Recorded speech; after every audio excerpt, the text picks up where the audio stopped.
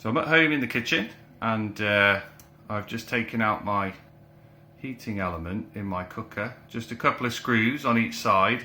So in this case, you have 2 screws each side. The live connection is just basically on each side, and then you put an earth in the middle that you can't see. Now, this little heating ring shouldn't actually touch at all. So what's happened over time, it's slightly warped. And then it's kind of hard to see, but where it connects here, this part has actually gone a little bit thicker, and it tends to crack inside.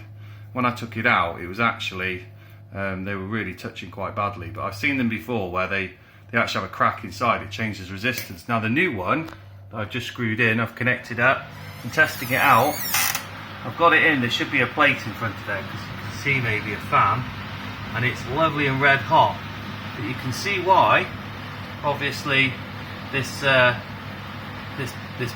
element may crack over time, because it repeatedly heats and cools, and eventually I think the corrosion gets it. So that's a little bit of a video on resistance heating.